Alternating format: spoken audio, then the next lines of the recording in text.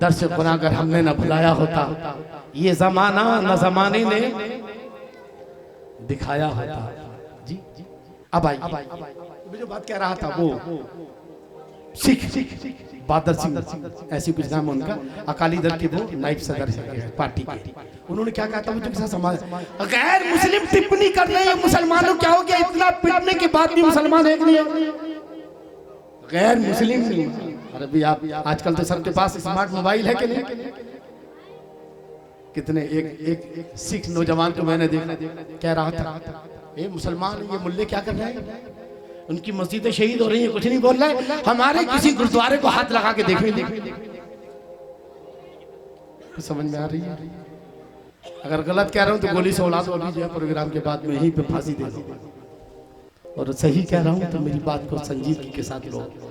Mistake कहाँ है, क्या चीज है जहाँ नमाज बेअसर है, रोजा बेअसर है, हज बेअसर है, ज़कात बेअसर है, मक्का मदीने के असरात हमारी जिंदगी पर नहीं है, वो कौन सी चीज? वो ये है कि जिस कौम को इतनी मर्तबा लेसन पढ़ाया जाता हो, 24 घंटे में 5 मर्तबा एक साथ मिलकर काम करो, एक साथ मिलकर के लीडरशिप होनी चाहिए। हज में इत्तेहाद का दर्ज दिया गया, रोजे में जो है इत्तेहाद का दर्ज दिया गया, ईद में इत्तेहाद का दर्ज दिया गया। जिस कौम को कुरान बार बार झंझोर कर कह रहा हो मुत्तहिद हो जाओ, नहीं तो दुनिया कूड़ा करकट समझ के तुम्हें फेंक देगी और तुम्हें जो उठा ले जाएगी तुम्हारा वजूद जो है सफे हस्ती से खत्म कर देगी।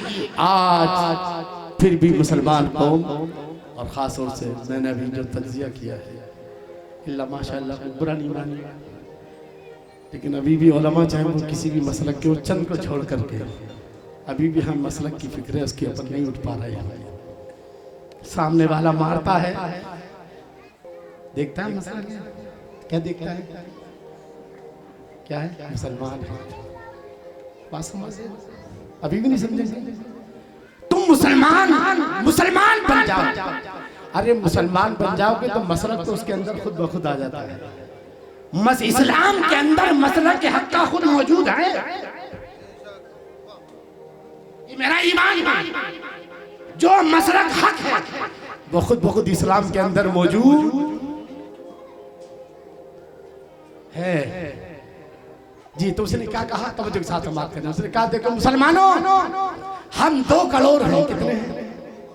2 करोड़, मगर हमारी एक सियासी पार्टी है, हम एक सूबे में हुकूमत करते हैं, हमारा सियासी वजन है, हमारी एक इज्जत है, एक एहतराम है।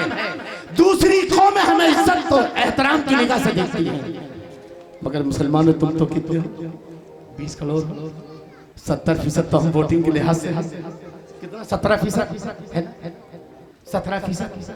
लेकिन तुम्हारी ना कोई सियासी पार्टी है, ना कोई तुम्हारा कोई सूबा है कि जहां तुम हुकूमत कर सको। उसने कहा कि ये सारा आज मुसलमान अगर बेइज्जत है सियासी एतबार से, मजहबी एतबार से और दीगर लिहाज से, तालीम के एतबार से, उसकी सबसे बड़ी वजह यह है, 2 बताई उसने। एक तो ये कि मुसलमान मुत्तहिद नहीं है, दूसरे मुसलमान की लीडरशिप नहीं। तवज्जो तो इस पर तवज्जो दो। आज का जलसा दर हकीकत इसी का है। अब मैं अपनी बात कहकर एक और बात तवज्जो के साथ समाज के सूफियाना तफसीर समाज फरमाए, क्या फरमाते हैं? कुआं जानते हैं, उसमें साफ शफाफ पानी भी होता है और अंदर कीच और गदला पानी भी होता है। कुएं के अंदर क्या फरमाते हैं कि कुएं में साफ शफाफ पानी भी होता है और कीचड़ और रेत वगैरह भी। अब हम क्या करते हैं, कुएं का पानी हासिल करने के लिए डोल डाला जाता है, डोल डाला जाता है।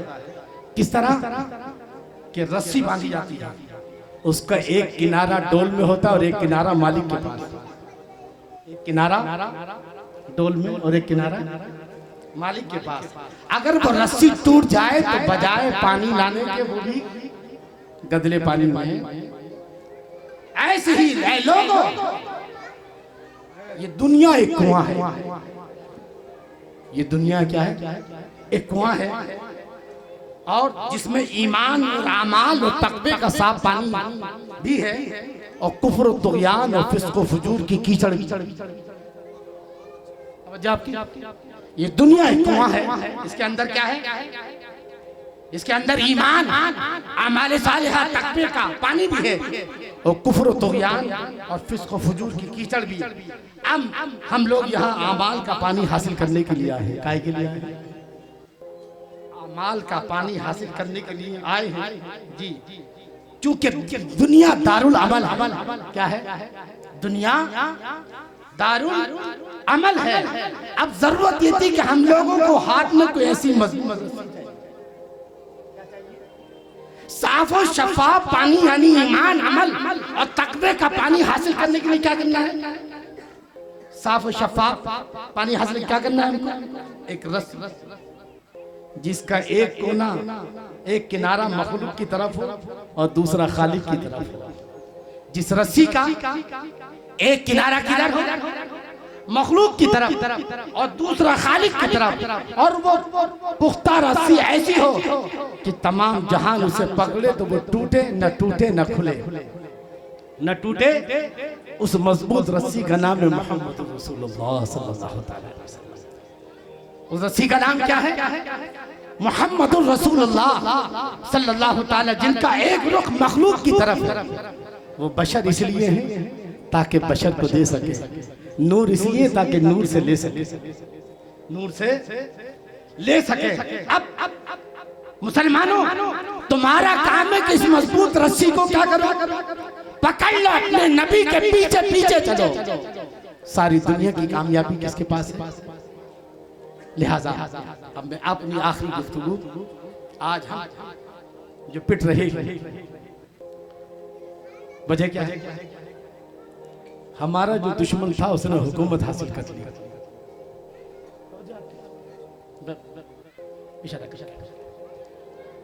क्या कर लिया? हुकूमत हासिल कर ली।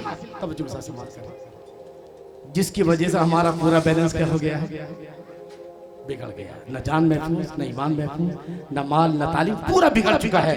मुसलमान की चमन का हर पत्ता अलग अलग बिखरा हुआ है। काहे के लिए? हुकूमत। गोया हुकूमत ऐसी चीज है कि जब हासिल हो जाए तो फिर सामने वाले का सब कुछ बिगाड़ सकते हो, है ना? अब आओ 18वां पारा है सूरह नूर की आयत नंबर 55, 56, 57। हम कहां कहां मार खा रहे हैं? हुकूमत आई, हमारा ईमान, हमारा इस्लाम नीचे की तरफ, हमारा अमन खौफ में तब्दील हो गया, है ना? हमारा अमन खौफ में तब्दील, और हमारा दुश्मन नाकाबिल तस्खीर होने का दावा कर रहा है। आज से 1400 साल पहले मेरे आका सल्लल्लाहु अलैहि वसल्लम जब मक्के से मदीने को हिजरत करके आए, तब भी कुफार मक्का ने मुसलमानों को छोड़ा नहीं। मुसलमान हमेशा हथियार बंद रहते थे। एक सहाबी खड़े हो जाते, जंगे बद्र की बात, 13 साल मुसलमान मक्के में जुल्म और बर्बरियत की चक्की में पिसते रहे और मुसलमान सब्र करता रहा। मदीने में आए तो यहाँ भी कुफार मक्का और मदीने के यहूदियों ने मुसलमानों को छोड़ा नहीं।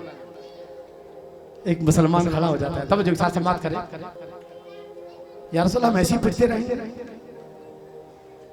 कभी हमारा भी दौर आएगा